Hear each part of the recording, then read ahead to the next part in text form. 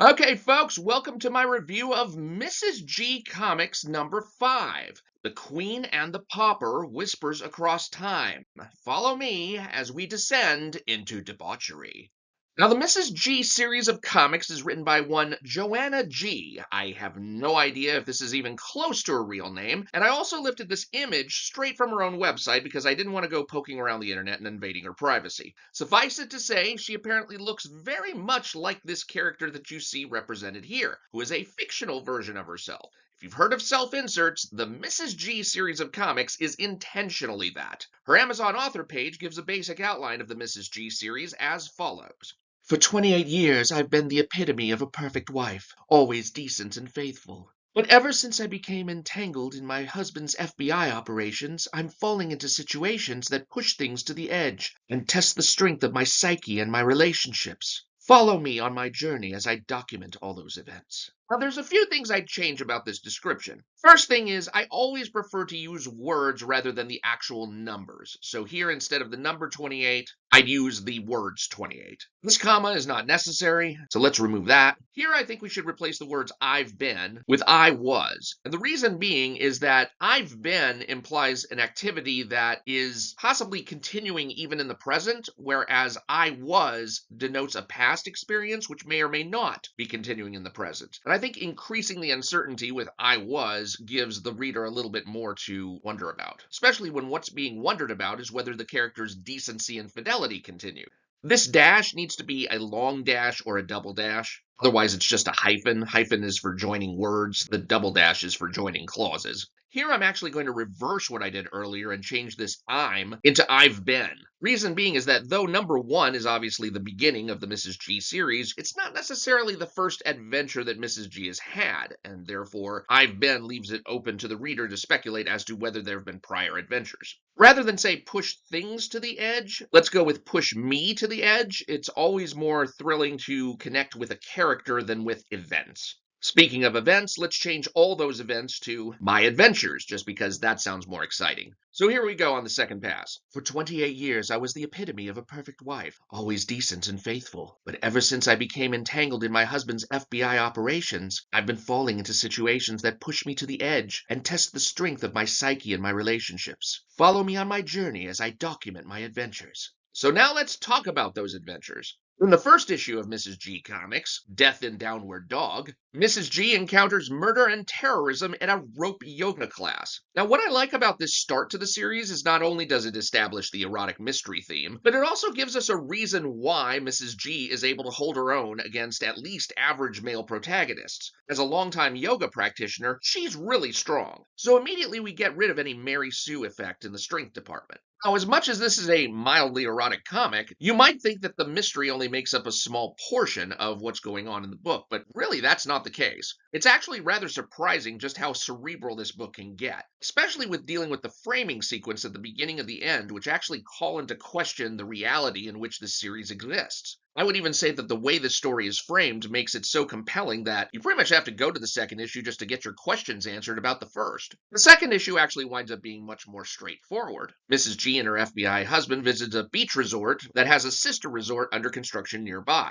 Work on the new resort is stopped when some bones are dug up that imply that there may be an indigenous burial ground on the site. It's up to Mrs. G and her husband to investigate. The third issue of the series is really the breakout issue. It starts off with Mrs. G daring a romantic tryst with a strange man, and in the process she finds herself in the clutches of a dangerous conspiracy surrounding the development of a powerful designer drug. Now, this story is written on multiple levels and exploits the concept of the unreliable narrator, and it's so complex and so sublime in how it works that by the end of the issue, and I swear I'm not making this up, I'm like, why aren't you writing Batman comics? Because she totally could. She's got a head for mystery. She's got a head for complexity on so many levels that you would want to see this kind of writing in a mainstream comic book. Issue number 4, unfortunately, not only introduces a sci-fi element to the series that really feels out of place and expands the series into space of low believability, but it also devolves back to the very simplistic construction of a straightforward linear mystery. Honestly, going from issue 3 to issue 4 is like when you're reading Watchmen and you encounter the episode where Dr. Manhattan is explaining how he sees the world, where he sees all time at once, and then you have to go back to linear storytelling. It's just kind of a letdown to go from a multi-layered story to something that feels like just kind of one note in its content. Which is not to say that issue 4 was bad, it's just not on the level of the previous issue. So how is issue 5 going to hit?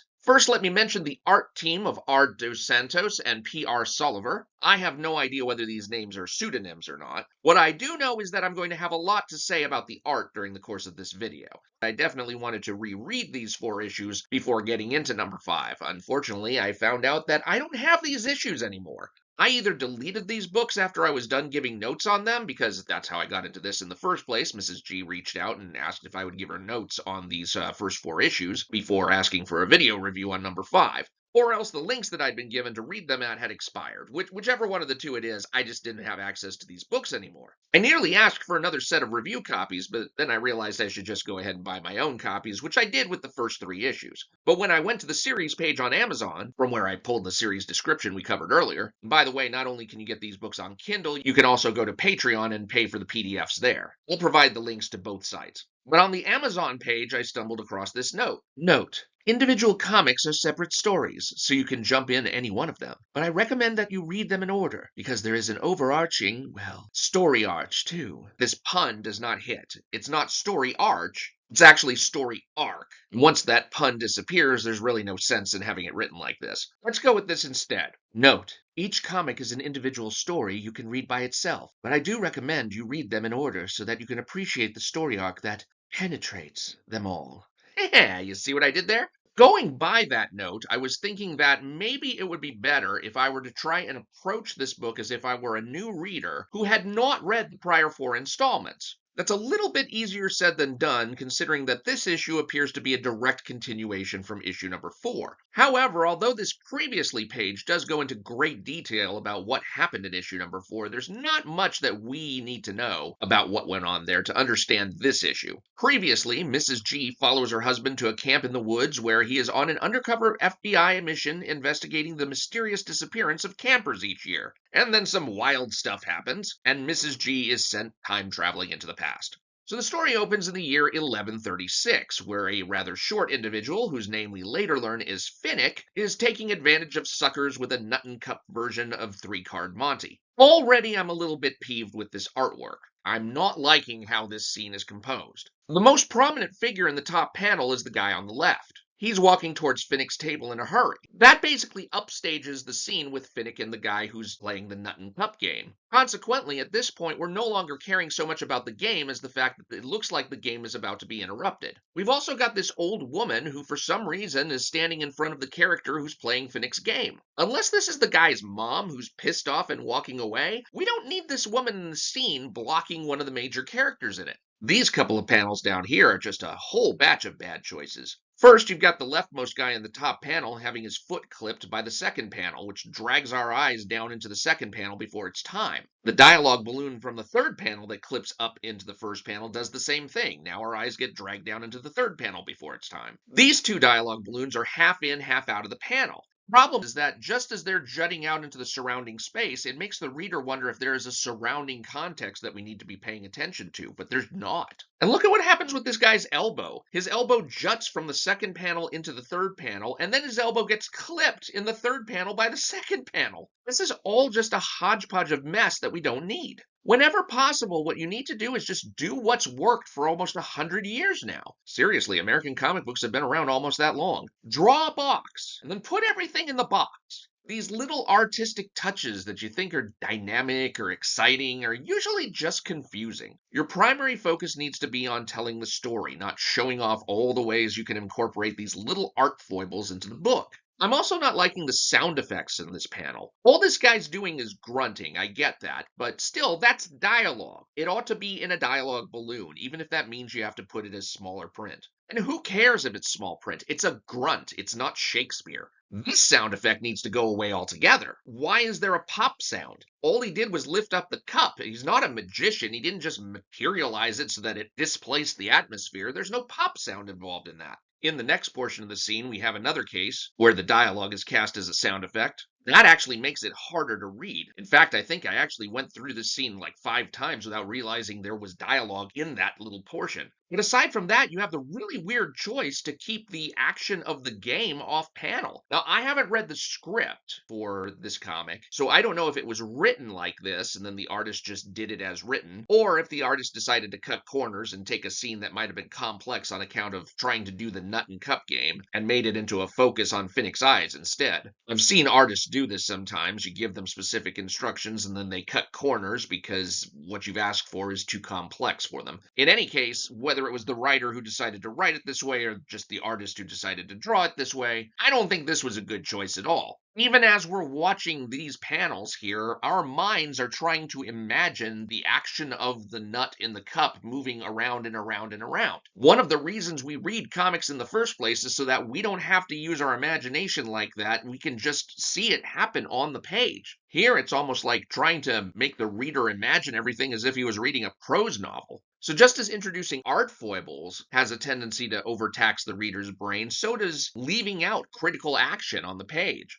Another thing you want to try to avoid is leaving out of the art the very thing that the dialogue is talking about. Look here where Finnick says, "Aldous, just when I thought things couldn't get uglier, you show your face." Except we don't see his face. It's the one thing we don't see. Now, he does show his face later in the scene where he's reading out the decree by the local lord that any person who captures and delivers a witch to the authorities will get 30 gold coins. There are a couple of punctuation flubs here that need to be pointed out. First of all, we've got a semicolon where you could have a period. This is technically correct, but a period is easier to interpret and it works just as well here. This double period here is just wrong and it should be a single period. And just like you have 2 punctuation flubs, you got 2 figure flubs in the panel. First, you've got this figure in the foreground who's drawn as if he were in the background. Those muted colors and inks belong on a background figure, not somebody who's just about as close to the camera as Finnick is. His colors and inks should be sharp. But what really bothers me is this guy. He's right in front of the main character doing the action. You're just putting something between the reader and the action on the panel.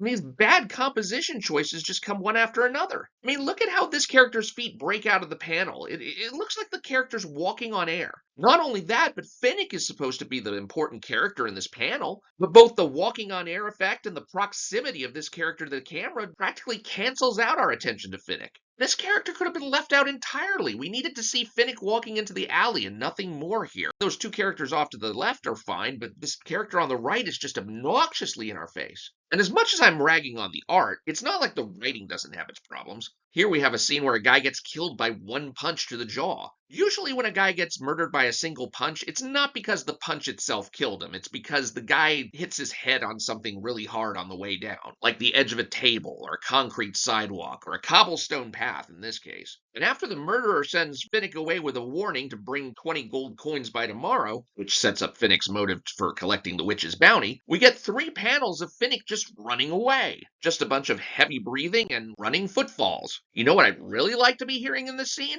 Finnick's thoughts. This is a perfect time to set up some backstory to Finnick. How did he get to this present state? What's his relationship with Aldous, the guy who was on the horse? What's his relationship with the guy who just murdered the other guy? Does he really have the option to escape? Again, I don't know whether it was written like this in the beginning and then the artist just took some liberties or if this was really how it was supposed to be. But when you have a scene like this where your character is not really doing anything, that's when you have the opportunity for your character to be thinking stuff. Or you could even have him muttering to himself while he's running in between pants and huffs. Pant, pant, how did I get myself into this? Pant, pant, tell more to the story. Or you could just throw a naked woman into the mix, which is basically what happens. Once Finnick is on the outskirts of town, he encounters a time-traveling Mrs. G. Naturally, the first thing that occurs to Finnick upon seeing a tall, voluptuous, naked redhead materialize out of thin air is, hey, I can turn this woman in for the witch's bounty. I'm not kidding. He doesn't actually seem to notice the fact that she's naked. I'm thinking Finnick's short, but he's not dead. It kind of makes me wonder what the Middle Ages was like. I mean, was nudity just something that was so par for the course back then that it didn't faze anyone? Or is this just something peculiar to Finnick? Has he experienced so much rejection being as short as he is that he just doesn't even think about that kind of stuff anymore? And of course, there's always the possibility that he's gay, but, we don't know anything. All we know is that here's this woman getting dressed in front of him, and though he's got the opportunity to ogle her, he doesn't take it. Me, I'm ogling this spot where there should be a comma. Finnick leads Mrs. G into town, where she's able to ask the local children what the year is, while using that weird double period we've seen before, except this time it should be an ellipsis, 3 dots instead of 2. Finnick actually does try to turn Mrs. G in for the witch's bounty, but fails because it's too late in the day. Gotta point out this other missing comma. And now what I'm thinking is going to happen is they're going to have a conversation like, how can I possibly be in 1136? And he's going to think she's nuts because she's talking about time travel. Standard fare. Instead, we're abruptly subjected to a different kind of time travel in the form of a flashback.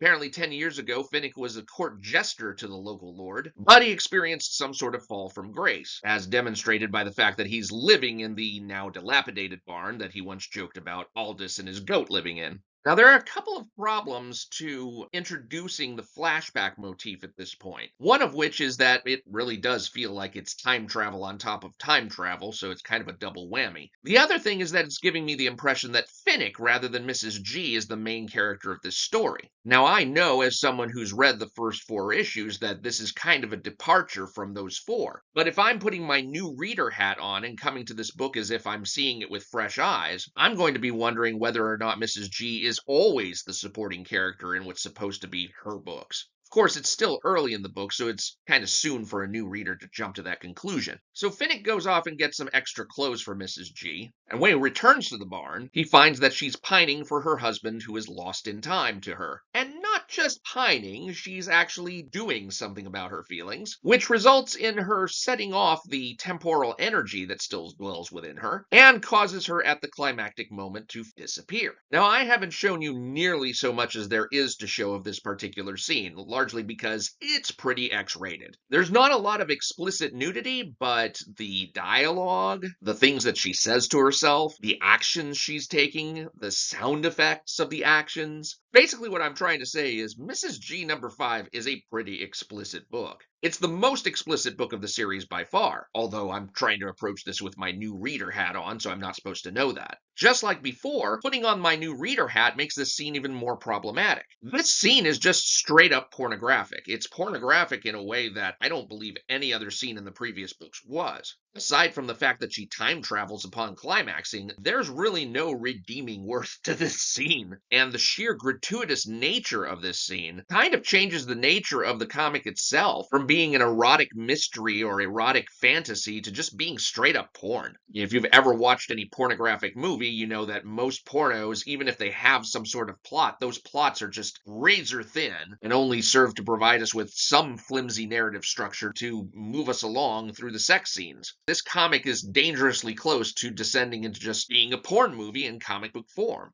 And my opinion is that people who want to watch straight up porn are just going to go get straight up porn, and for free. They're not going to pay $5 for a comic that's going to show them this kind of stuff. You really have to provide more than that, and so far we haven't seen all that much more. We have Finnick's little bit of personal strife, and then we have the fact that Mrs. G wants to get home, but other than that, there's not much to this book so far. The story isn't over. Mrs. G does pop back in. She's only been gone 15 minutes. Here's another missing comma, by the way. She's distraught because now she's wondering what is it going to take for her to actually get back to the future. She's so distraught, in fact, that she forgets the word it here. Of course, Finnick offers to help her, saying, "I might look small, but I do hide big surprises." And suddenly we all think we know where this is going, if we can get past the missing commas. But in fact, the help that Finnick offers is to tell her stories that will get her aroused. Stories that hopefully aren't missing too many commas. The main story being one that centers on her being a queen in a fantasy land where her husband, the king, has gone missing in a war against giants. She arranges to be magically transformed into a giant herself in order to be able to war with her husband's enemies and hopefully rescue him. But not before using her newfound power to toy with one of her devoted male subjects, largely by withholding the comma he so desperately desires. Anyway, the idea is that if Finnick is good enough at his storytelling craft, then the erotic yarns he spins will end up lusty enough to trigger Mrs. G's full-on return to the future.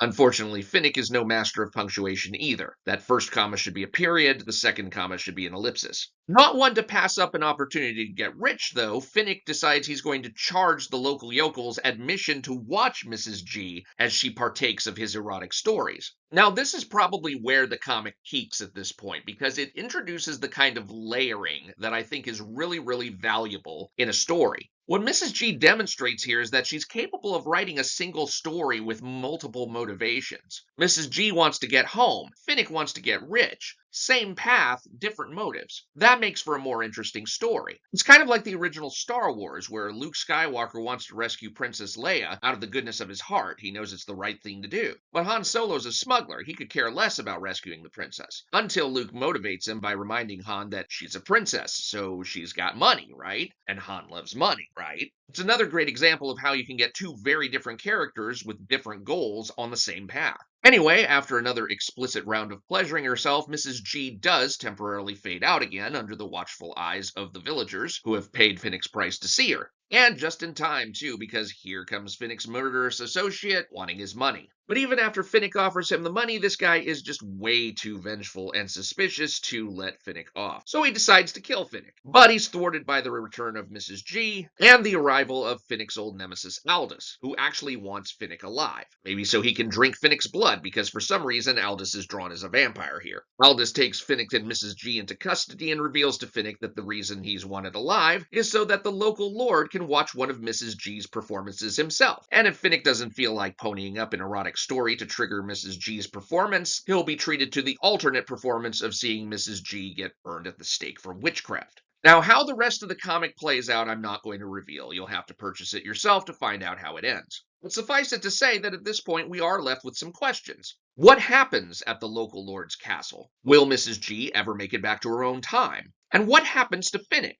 It's this final question that really highlights what I see as the core problem of the book, and I've mentioned this before. It feels like this book is more Finnick's story than Mrs. G's story. That's especially the idea I get from this later scene in the book where Finnick and Mrs. G are both imprisoned in the Lord's castle, yet for this whole scene we only see Finnick and his side of the stone wall that separates their cells. It's like all during this book, Mrs. G is nothing more than an erotic prop with no real personality of her own. The most complex dialogue she has during the book is the aroused dirty talk that she engages in during Finnick's lascivious stories. I feel like this book would have been much better served with Mrs. G serving in a role of what I know now narrator, speaking from a point of view in the future and looking back on this whole experience. It would have allowed the reader to see her as more than just a voluptuous sex object, hoping to get home to her husband by the power of OnlyFans performances. And even Finnick himself is pretty stereotypical. Oh look, it's a grumpy curmudgeon who turns more human over time. I've never seen that story before. Unlike those three movies, though, in this comic we don't really get a sense of just what changes the curmudgeon into a human being. Now, Mrs. G does treat Finnick with basic humanity, which is more consideration than he's accustomed to getting, but he's been a schemer and a swindler for so long, and his time with Mrs. G is so short in comparison with that, it doesn't really feel like he earns the change that he undergoes. It's like he experiences an entire character transformation just because one person he's only known for a couple of days doesn't treat him like crap. I feel like it takes more than that to affect a wholesale character change. On that note, it's time for the overall score, and I'm kind of cringing at this point because I was really hoping this book was going to be better than it turned out to be. I really wanted to see a return to the quality of the first three issues, rather than a further exploration of the wilder sci-fi themes and an overemphasis on the pornographic element of the book.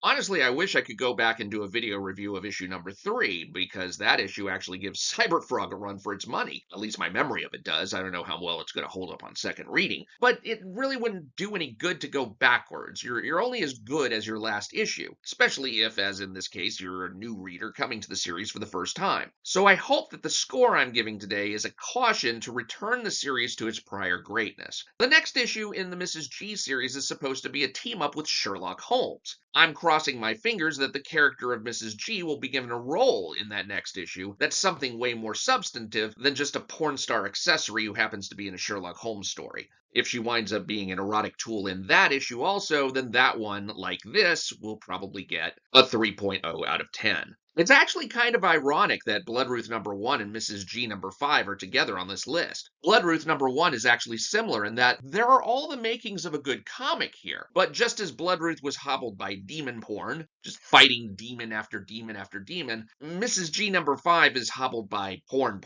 In both cases, the impulse I got was to flip past the senseless stuff and get at what little actual story there was. Now, I said earlier that I would try to view this comic as if I were a new reader. Sadly, if I really were a new reader, I'd be like, yeah, this is not my cup of tea. And then I would have missed out on the experience of reading the first 3 issues, which really are a cut above. I'm sincerely hoping the next issue featuring Sherlock Holmes will pull the series out of its dive. And I'll definitely be looking to review it and see whether it takes the series soaring to new heights or whether it continues the series' descent into debauchery. Thank you for watching. I'm Mike Bartica. Please like this video if you found the content useful, and do subscribe if you haven't already so that you can be notified of my future reviews. Next on the docket is Rippaverse's Yaira number 2. I'm only 3 pages into Yaira number 2, and I've already wanted to throw it across the room, so you can probably expect a few videos on that one. Make sure you're subscribed so that you'll be notified when those videos drop. Once again, I'm Mike Bartica. Thank you for watching, and I will talk to you later.